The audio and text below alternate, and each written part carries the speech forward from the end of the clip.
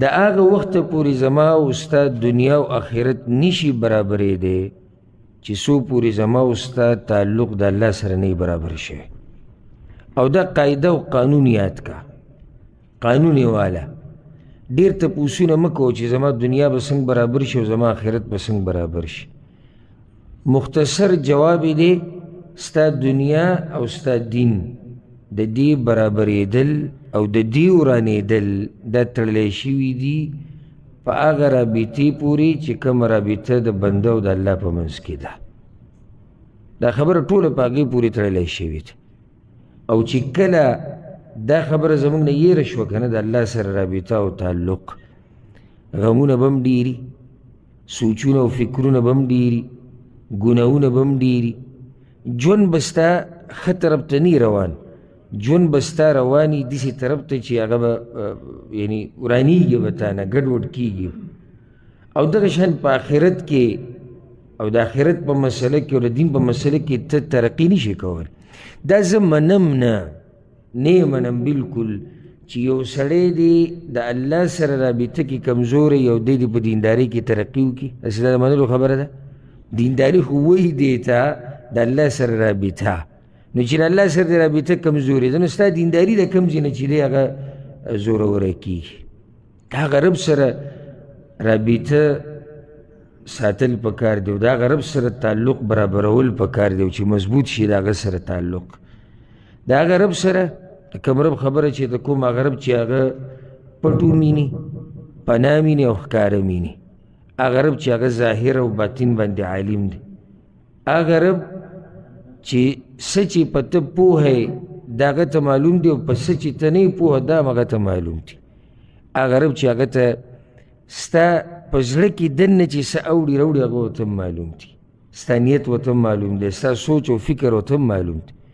او ذکر اللہ قرآن کی ہوئی ان اللہ لا یخفا علیہ شیئن فی الارض ولا فی السماء سورة العمران کی اللہ ہوئی او سورة سبع کی اللہ ہوئی یعلم ما یلج فی الارض وما یخرج منها وما ينزل من السماء وما يعرج فيه سچی اسمان تخیجی او سچی دی ازمکی تا ورننوزی او سچی بیاد دی ازمکی نروزی دا طول اللہ رب العزت تا معلوم تھی نو چی دیسی ربی او دی علمی او دی قدرتی او دی شانی نا غرب دا دی حقدار نلی چی مونگ دا غسر رابطہ مضبوط کو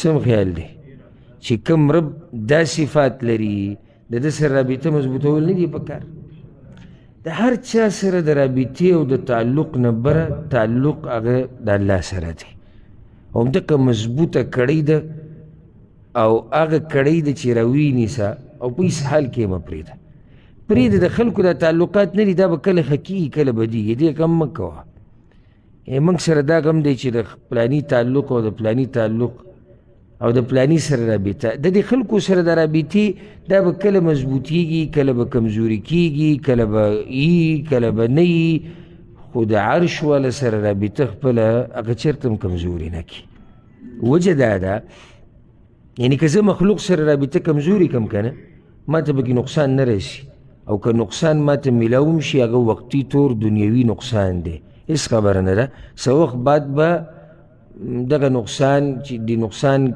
یا کم ما تا چی نقصان را رسیدل ده کم تاوان ده دی پا زیبا ما تا نور سا دیر ملاو شی خود اللہ سر رابطه کمزوری کول ده دین کمزوری که دل دی او د دین کمزوری کې دل زما استا ختمی دل دی ځکه چې روح زما استا او زما استا د جون مغز او د کم مقصد د پاره چې پیدا شویو هغه د الله بندگی ده او بندگی سره الخه کوي چې کله د چا بندگی چې کوي دغه سره رابطه مضبوطی نو چې رابطه د الله سره کمزوری کړه کنه ستا ټول بلډینګ چې تا کوم ودرولې دی اگر اولیږي او هغه دړي وړي کیږي ځکه د الله سره رابطه مضبوطه ساتل پکار دي او یو شاعر ناشنا خبره کړې ده ډیر مشهور شعر ده وخت په وخت پکار دي چې مسلمانی ځان ته مخې مخې ته کوي شاعر وایي فليتك تحلو والحياة مريرة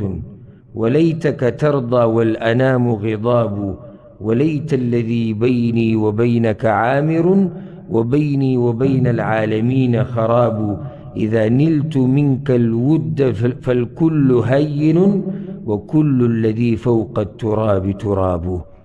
مقصد د دې شعرونو دا دی وی ولیتک ترضى یالله چې ته رانه راضي شي، ارمان زما دقه دی چې ته راضي شي یالله، او پرېږده دا خلک دې خپوي غصه دي دغسې پروا نه کوي.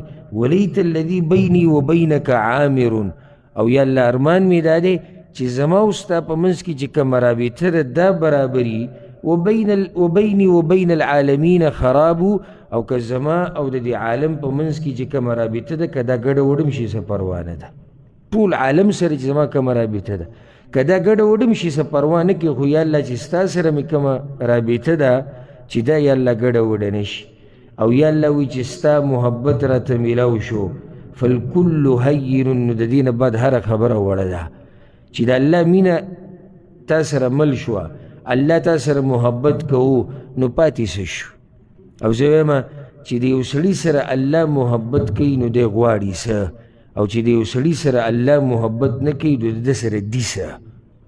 چې د یو سړي سره الله محبت نه کوي او رب ورسره محبت نه کوي د سره څه شتي؟ هېڅ ورسره هم نشته. او چې د چا سره الله محبت کوي نو د ده سره څه کمی دی؟ د هېڅ شي کمی نشتي. نو ځکه بیا وایي وکل الذي فوق التراب تراب، په دې خاورو د پاسه چې څه دي دا ټولې خاورې دي، نو که د خاورو سره زما رابطه کمزوري شي دا نقصان نه کوي. رابطه د دې خاورو دغه مالک سره مضبوطه ساتل پکار دی. یا زما سره دا غم د پلانې د خاورې نه پیدا دی، د دې خاورو له ځي، زه د خاورو نه پیدا م دې خاورو له ځم، هغه علانې د خاورو نه پیدا دی، دا د خاورو نه پیدا، موږ ټول د خاورو نه پیدا یو، کوم چې په دې خاورو د پاسه دي د خاورو له تلو والی دي.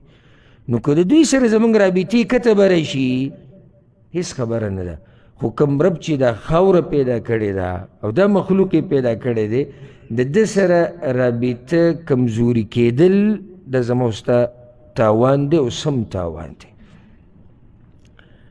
او د هغه رب سره رابطه زه تا ته داسې رب یادومه چې وفا د دغه صفت دی چې کله د هغه سره رابطه مضبوطه وه او د هغه سره تعلق مضبوط و نو نه دي پرېږدي بیا یوازې، نه دي شرمۍ، نه دي ګډوډ کوي، نه دي خرابۍ، نه دي ګناهونو ته پرېږدي، خو شرط دا دی چې کسا ورسره رابطه مضبوط وي.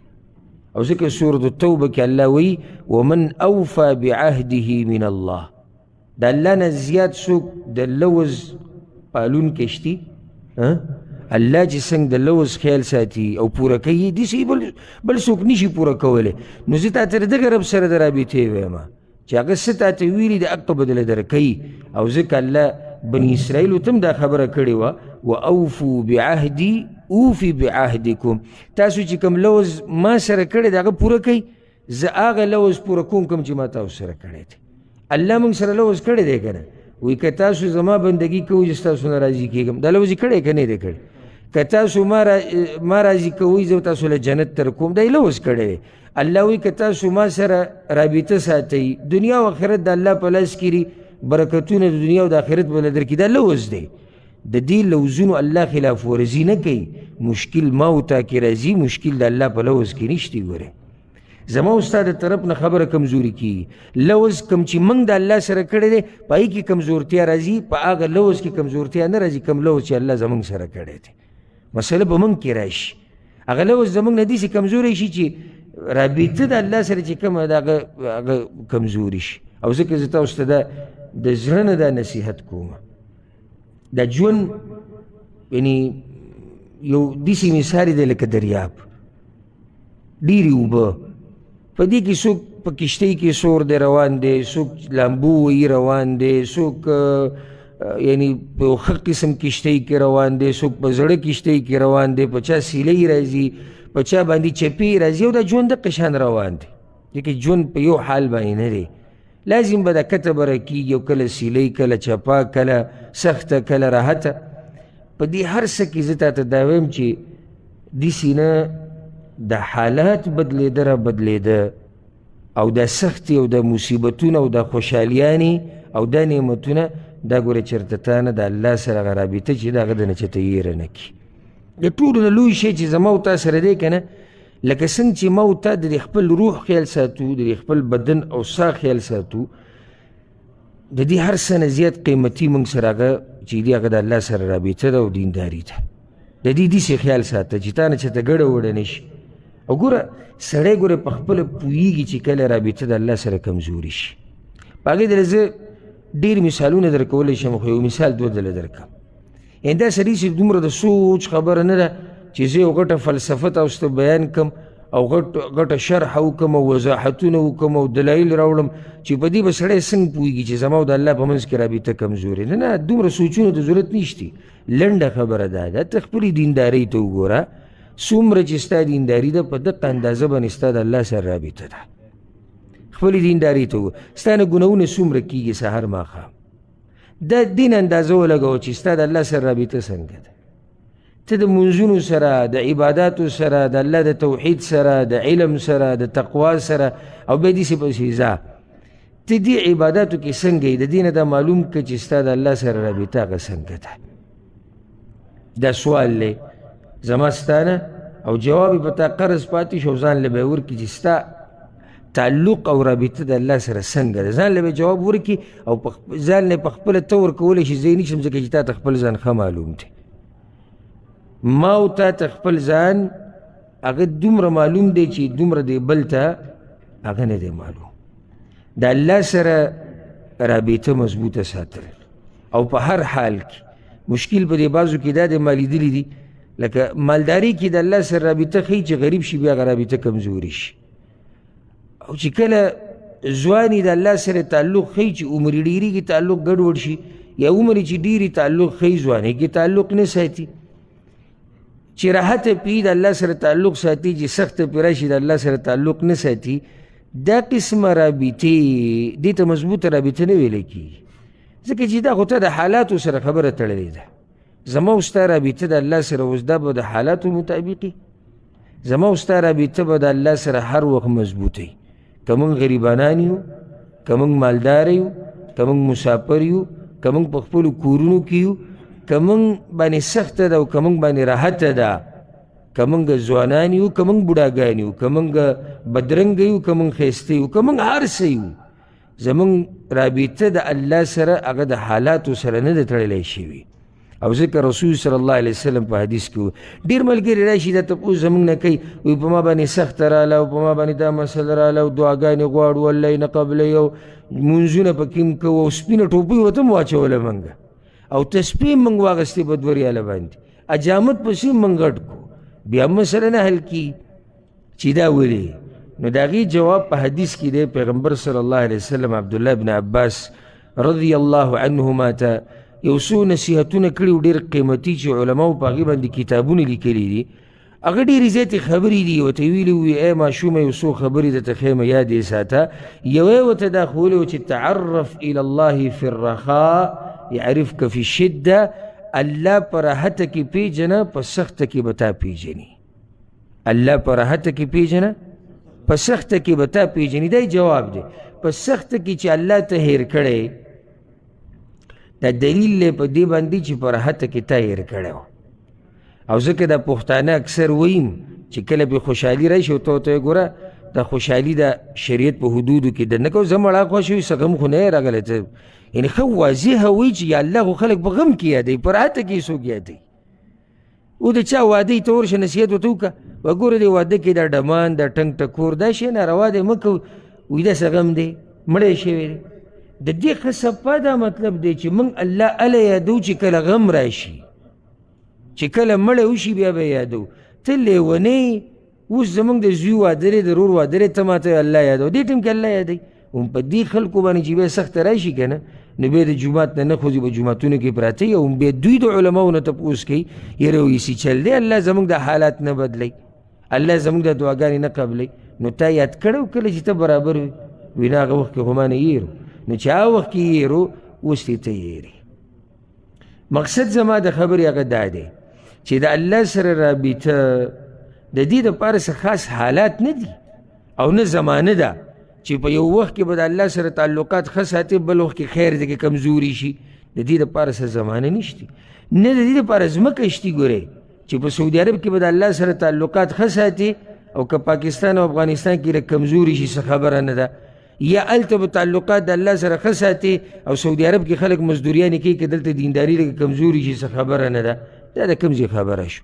په هر حال کې، په هره ځمکه، په هره زمانه کې، په هر عمر کې د الله سره به رابطه هغه مضبوطه ساتي. سوال هغه بیا دا دی، اگر که دې جواب ډېر اوږد دی، سوال دا دی چې د الله سره رابطه په څه مضبوطېږي؟ زه درته یو څو اعمال ښیم مختصر او په هغې خبره ختمو. د الله سره رابطه په څه مضبوطېږي؟ د ټول نه لوی عمل چې په هغې سره ته د الله سره خپل تعلق او رابطه مضبوطولی شي هغه دا چې ته د خپل رب وپېژنې، د خپل رب ته وپېژنې چې څو پورې دې دا رب نه یې پېژندلی که نه، ورب الکعبه که ستا ورسره رابطه مضبوطه شوه، ځکه چې ته یې پېژنې نه. او د الله نه سړی دومره یېرېږي او د الله دومره قدر کوي څومره چې د سره علم وي د الله په باره کې. دا خو یقیني خبره ده. یو سړی د الله په باره کې ډېر څه پېژني، دی د الله نه ډېر یېرېږي. یو سړی د الله په باره کې لږ څه پېژني، دی د الله نه لږ یېرېږي. دا کېدی نه شي چې یو سړی د الله نه پېژني او یو سړی الله پېژني، د دې دواړو یره دی د الله نه یو شاني، دا نشي کېدی. ځکه چې د دې اولني سره دا کوم چې الله پېژني د ده سره د الله په باره کې علم دی، او چې څومره ورسره علم ډېرېږي دی د الله نه یېرېږي، او د الله نه یېرېږي د الله سره رابطه مضبوطوي.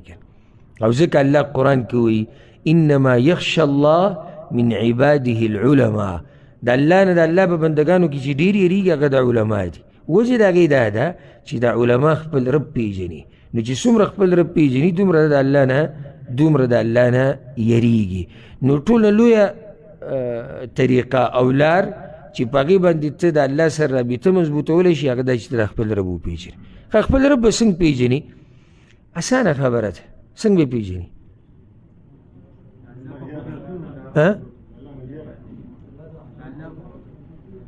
ای جواب چا سره نشتی؟ یو طریقې دا شو، بارک الله فیک، یو طریقې دا شو چې د الله په مخلوقاتو کې به سوچ کې، بل څه نشتی؟ بس نه قدرتونه وشو د الله په آیتونو سره الله پېژندل. ګور آیات د الله په دوه قسمه دي، یو کونی آیات دي، کائناتو کې سوچ دا دې ملګري جواب راکو، بل هغه آیات دي چې قرآن کې دي، په دې کې به ته سوچ کې. دې قرآن کې سوچ وکړه، الله د خپل ځان په باره کې خبره کړې ده، رب العالمین چې څومره خپل ځان پېژني دومره هېڅوک نه پېژني. هغه په دې قرآن کې موږ ته ځان ښوولی دی چې زه دا یم او زه په زه د الله صفات، د الله نومونه، د الله قدرت، د الله شان، د الله مقام، دا په دې قرآن کې بیان شوی. ته دا قرآن راواله، په ترجمې سره ووایه، په تفسیر سره ووایه، ته به خپل رب وپېژنې چې ستا رب څوک دی. دغه شان د الله په دې کائناتو کې سوچ کول، په دې مخلوقاتو کې چې کله ته به دې مخلوق کې سوچ کوې که نه، نو خپل رب وپېژنې چې کوم رب دا دومره لوی کار کړی دی، نو دا څومره عظیم الشان رب دی، د ده نه یره پکار ده، د ده سره رابطه مضبوطول پکار دي. الله پېژندلی کېږي په دې سره چې ته د الله نومونه معلوم کړي. د الله نومونه معلومیږي د قرآن او د حدیث نه چې ته هغې ته واپس شي. موږ چې ګوره دنیا کې د چا سره محبت ساتو که نه، که هغه دیني شخصیت وي او که هغه دنیوي وي، لکه اوس یو مشهور عالم دی او زموږ سره محبت دی، موږ هر ټیم ګوګل کولاو او پای کې کله سرچ وکړو چې یاره دا پلانې عالم دی به کله پیدا شوی، د ده عمر به څومره وي، د ده قبیله به څه وي، د به علم د کوم ځای نه کړی. بیا زاړه علما چې کوم دي د هغوی دپاره د سیرت کتابونو ته واپس کیږو، تراجمو ته واپس کیږو چې دا عالم به څنګه او څنګه به نه و، ده به څه کړي، او څه خوند راله راکوي. ولې؟ ځکه چې زموږ دغه شخصیت سره محبت دی، ځکه موږ له مزه راکوي. یعنې هغه بېدینه له مزه نه ورکوي. بېدینه خو چې ته د عالم خبره کوې په هغه باندې موضوع درنه شي، بوج پې جوړ شي. دغه شان د چا چې د خپل رب سره محبت یې که نه، کوشش دا کوي چې د دې رب په باره کې خبره معلومه کړي چې دا رب به څنګه وي، دا رب کم صفات لري، د دې رب څه نومونه دي، د دې رب د قدرت معلوماتو کې هغه ته د نږدې کېدو لار معلومه کړي، د هغه د راضي کولو کوشش وکړي. او ځکه هغه یو صحابي چې راغی د بدر د غزا په دوران کې بعضو روایتو کې دا واقعه راځي او د سیرت په درسونو کې موږ تفصیلا دغه واقعه بیان کړې ده. هغه راغی تپوس یې وکړو د رسول صلی الله علیه وسلم نه، یا رسول الله الله په کومه خبره خاندي؟ دا اوس معلومات دي د خپل رب په باره کې. ولې؟ ځکه چې د خپل رب سره محبت دی چې الله په کومه خبره خاندي. رسول الله صلی الله علیه وسلم ورته درې خبرې په هغه موقع باندې وکړې، حالانکې نور حدیثونو کې نورې هم ډېرې وجې راغلي او په هغه موقع باندې رسول الله صلی الله علیه وسلم هغه ته درې کارونه ښوولي. دا محبت دی د چا سره؟ د الله سره محبت دی. نو چې څومره ستا د الله سره محبت وي کوشش به کوې چې ته د هغه په باره کې څه وکړې؟ معلومات حاصل کړي. یو بله لار چې د الله سره پرې رابطه مضبوطېږي مونځ او مونځ، غټه لار، لویه طریقه چې د الله سره که څوک هم رابطه مضبوطول غواړي د منځه اهتمام به کوي. او مونځ هغه مونځ کوم مونځ چې شریعت زموږ نه غواړي، دغه مونځ نه ده کوم چې عام موږ کوو. ما پرون دې ملګرو ته خبره کوله، پرون درس کې ما ورته ویمه چې ته د جومات نه راووتې که نه او کور ته راشي او تا نه څوک تپوس وکړي چې ته څه له تلی وې، چې په کومه ورځ تا دا جواب ورکړو که نه د زړه نه چې زه تلی ومه د الله سره مې جرګه وه، زه تلی وم الله ته ولاړ ومه، زه تلی ومه الله مې یادو، ما دعاګانې غوښتې، ما جړاګانې کولې، په هغه ورځ به ومنم چې تا ښه صحیح پوره مونځ کړی دی. که ته ماله دا جواب راکړې چې زه منزله تلی ومه، ښه نو څه بس مونځ مې وکړو راغلم، 4 رکعته وکړه بره شوم، بس نه د امام په قرت پوه شیم، نه په خپل ذکر او اذکار پوه یم، نه ما جړلي دي، نه ما څه غوښتلي. دا خو صحیح دی چې تا نه هغه فریضه ساقطه به شي، خو مقصد او مغز د دې عبادت هغه څه دی؟ مونځ به ولې کوو؟ چې د الله سره تعلق جوړ شي. نو چې زما او ستا په دې منځه باندې د الله سره تعلق نه جوړېږي، بیا خو زما او ستا د مونځ کمزوری دی. نو دا دویمه وجه شوه چې په دې سره انسان یو مسلمان د الله سره رابطه هغه جوړولی شي. درېیمه لار د قرآن کریم تلاوت ډېر کول، او څومره چې د الله دا کلام اوري او سوچ پکې کوي دومره به د الله سره محبت او رابطه مضبوطېږي. او دا د تجربې خبره ده. کله چې د قرآن درسي، دا به تاسو محسوسه کړي کوم ملګري چې قرآن درسونو کې کېږي، تفسیر د قرآن اوري، یا کوم ملګري چې دلته ناست دي طلبة العلم علم یې زده کوي او دوی د تفسیر مطالعه کوي، په الله درته قسم خورم، په هغه رب درته قسم خورم، په کوم رب د کوم رب په لاس کې چې زما ساه ده، چې د یو آیت سره نه، یو آیت نه ویم، د یو ټکي سره به د خپل رب سره محبت ډېرېږي. د یو ټکي سره چې کله تا ته دا حکمتونه معلومیږي او تا ته دا ښایست د الله د خبرو معلومیږي که نه، او دا علم دې ډېرېږي، د خپل رب سره به د محبت ډېرېږي. او بیا به د یو تنده جوړه شي، تنده چې دا ما بیا وویله او بیا مې وویله او بیا مې وویله. او موږ په مخه د قرآن وایو، خو چې څومره وایو محبت ورسره ډېرېږي، او تفسیر وایو څومره چې وایو محبت ورسره ډېرېږي، ترجمه وایو چې څومره وایو محبت ورسره ډېرېږي. څومره چې تا د قرآن تلاوت کوو که نه، څومره چې تلاوت کوو خپل رب ته به نږدې کېږي او د هغه سره به د محبت ډېرېږي او د هغه سره به د رابطه مضبوطېږي. نو ځکه دا نصیحت د زړه نه واله. اول خو ځان په هغه کسانو کې راوله، قرآن کې الله سوره بقره کې ذکر کړي دي یتلونه حق تلاوته. اول ځان په هغه کسانو کې راوله چې دا آیتونه د الله لولي په داسې طریقې سره لکه څنګه چې پکار دی، یعنی حق یې ادا کوي. او دا ډېره اوچته مرتبه ده، دې ته رسېده ګوره ګران کار دی، الله دې ورته موږ ورسوي. د الله د آیتونو حق ادا کول دا ډېر ګران کار دی، خو داسې قوم شتي الله قرآن کې ذکر کړی. اول خو کوشش وکړه چې ځان په هغو کې راولي. نو د قرآن د تلاوت حق څه دی؟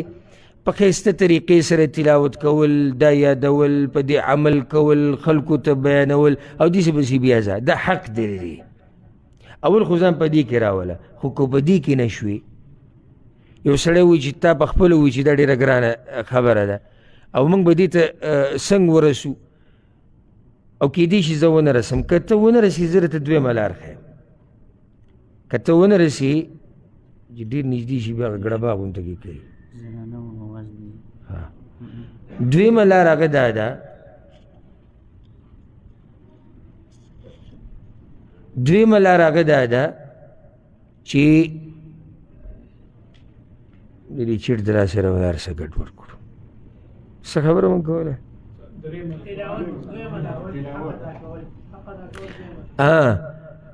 اول کوشش وکړه چې ته په دغه خلکو کې شي کوم مبارک چې الله وایي یتلونه حق تلاوتې.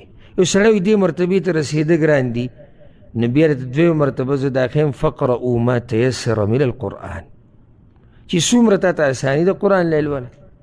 او که په دې کې هم نه شوې فإن فاتک هذا وذاک، یعنې نه د هغې شوې نه د دې شوې، نو بیا یو بله لار هم شتي فاستمعوا له وانصتو، یو ته غوږ کېده تلاوت یې واوره. مقصد زما د خبرې دا دی چې هر وخت د الله د کلام سره خپل یو تړون ساته، او چې څومره ستا د الله د کلام سره رابطه مضبوطه وي نو دومره به ستا رابطه د چا سره مضبوطه وي؟ هغه د الله سره مضبوطه وي. نو خبره به په دې ځای باندې راټوله کړو، بیا به چېرته انشاءالله دا موضوع پوره کړو په بل ځای کې. الله سبحانه وتعالی دې موږ له توفیق راکړي چې موږ د هغه سره رابطه مضبوطه کړو، او الله سبحانه وتعالی دې موږ په هغه خلکو کې شمار کړي کوم خلک چې د الله د راضي کولو کوشش کوي، او الله دې زموږ نه راضي شي. او څنګه چې الله سبحانه وتعالی موږ په دې مبارک ذکر را جمع کړي یو، دغه شان د الله سبحانه وتعالی موږ ټول لیدونکي او اورېدونکي د پیغمبر صلی الله علیه وسلم سره په جنت الفردوس کې یو ځای کړي.